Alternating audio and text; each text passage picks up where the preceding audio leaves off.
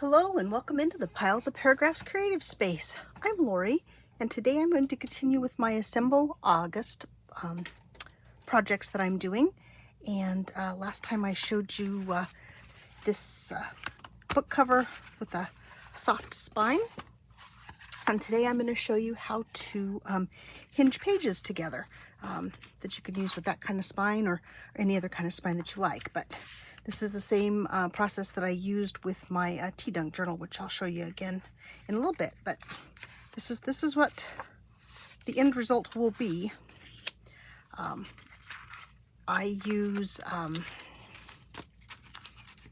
packing paper that comes in packages from Amazon, and I cut it down to the size I want for the height of my journal. And then I've cut these 3 inches wide because it's an easy size for me to handle. And since I'm doing video, I want to make it as easy as possible. You can, of course, make them much narrower, however works for you, whatever width works for you. But that's what I did for this one. And then it was a little wider than I wanted, so I just folded them over, which adds a little strengthening to the pages. Okay. So I take my strips, I glue 2 pieces. Let's see. Those are all already done. Here we go. I take 2 pieces of, sorry, trying to talk and grab a piece of glue paper at the same time, and that's just proving to be a little bit harder for me than I thought it was going to be. Okay, so for convenience for the video, I'm just using a really good glue stick. This is a Pritt stick that I got last time I was in the UK, but I think, probably the Elmer's glue sticks will work. An excellent way to do this too is to use a PVA glue. It's a liquid glue, so you have to put it on and then spread it out so that it's relatively smooth. Ooh, sticky fingers. And then just match up your edges and burnish it down.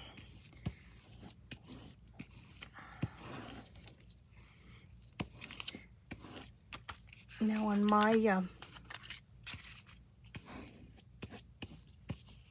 my journals, when I put them together, things do not have to be perfectly straight and even and all that kind of stuff. So if that's important to you, then make sure you measure and cut things so that they're perfectly straight, because I see, these are probably not perfectly straight, because that would be unlike me to actually get things perfectly straight. And the packing paper is a little bit warbly too, kind of when you use it. I usually let them dry a little bit. These I did about 15 minutes ago. So they're dry. Let's see. Let me put my lid back on my glue. Sorry. I get distracted and then we'll get all that out. So I just start by folding all my hinges in half, just so that you have a good idea of where the fold will be, and that's the part you will use to stitch them into your journal spine.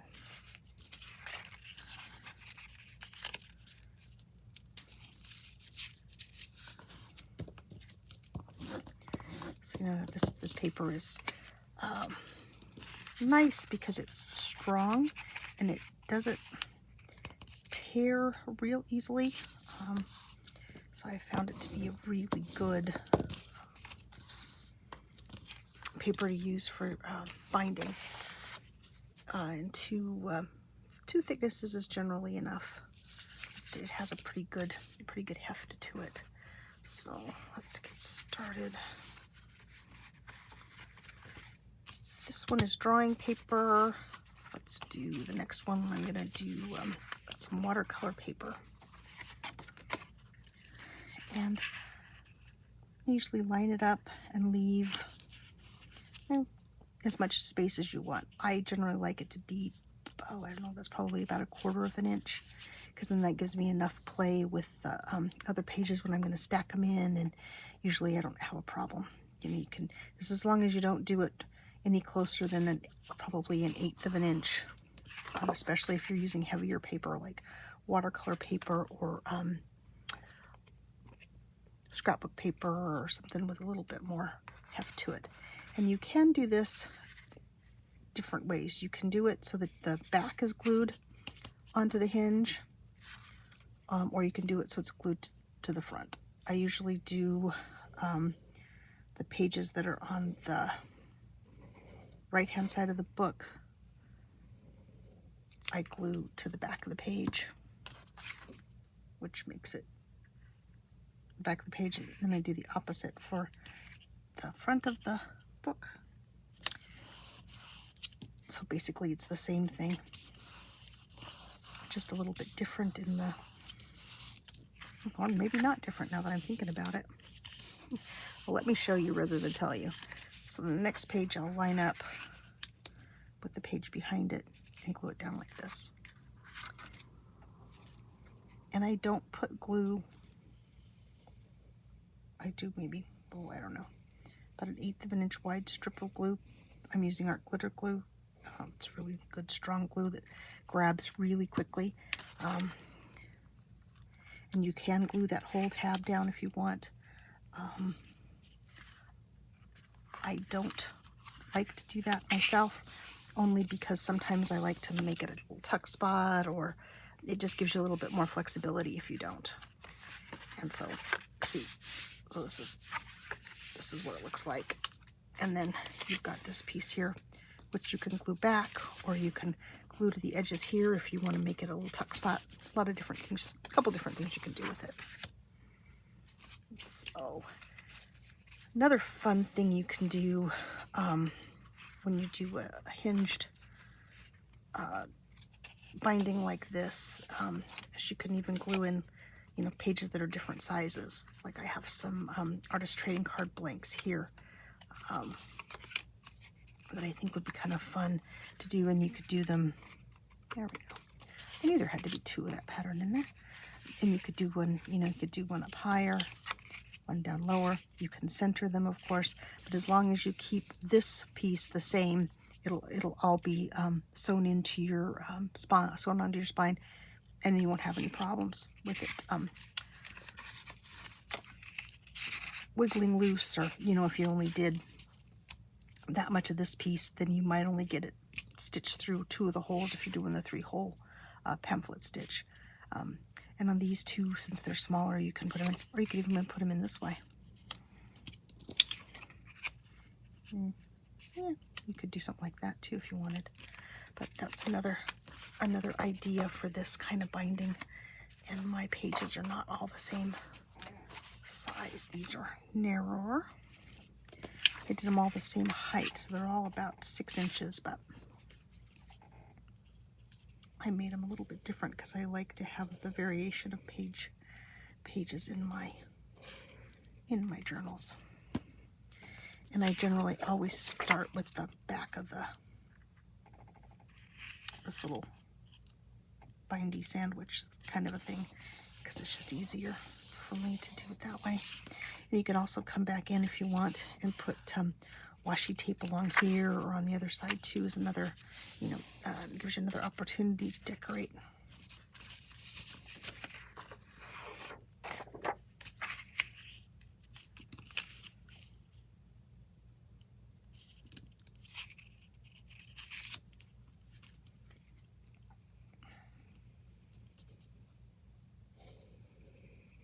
So I had a question in my collage group about hinging the pages, and they were curious and wanted to see an example of how I did it. So that's the reason for this video. So there we go. Okay, got this in. Probably always a good idea to take your bone folder and burnish it down.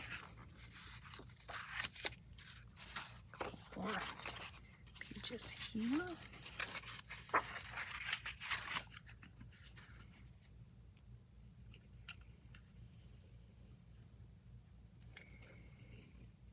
And I'm not, you can measure and glue and do all that stuff too if you want it to be more precise. I just made sure all the pages that I cut, none of them were gonna be too wide for my cover. So I just kind of took the maximum size and made them all a little bit less than the maximum size. Of course, if they're a little bit bigger, you can always fold your edges too. That's another thing I love to do. But as far as the binding goes, this is just kind of a quick-ish and simple-ish binding technique.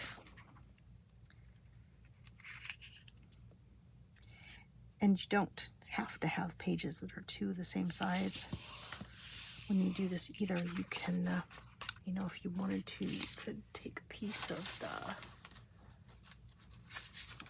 drawing paper. Oops.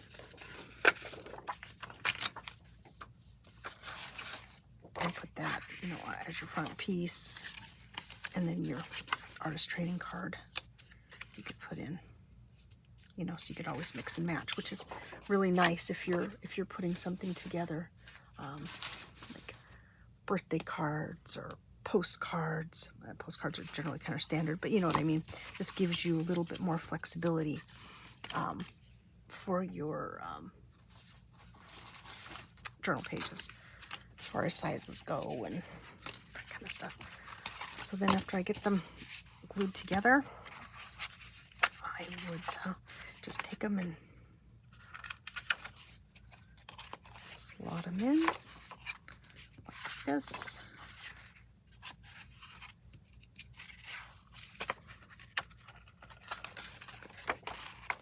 And then you've got, one signature or part of one signature.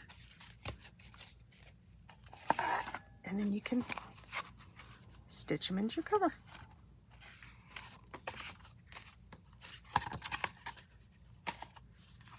So as I mentioned earlier, you can come back and fold these over or make them into tuck spots or little pockets or whatever you want. But let me show you how it turned out. It worked really well for this particular journal. Oh, excuse me a second. Let me put the pin back in my art glitter glue.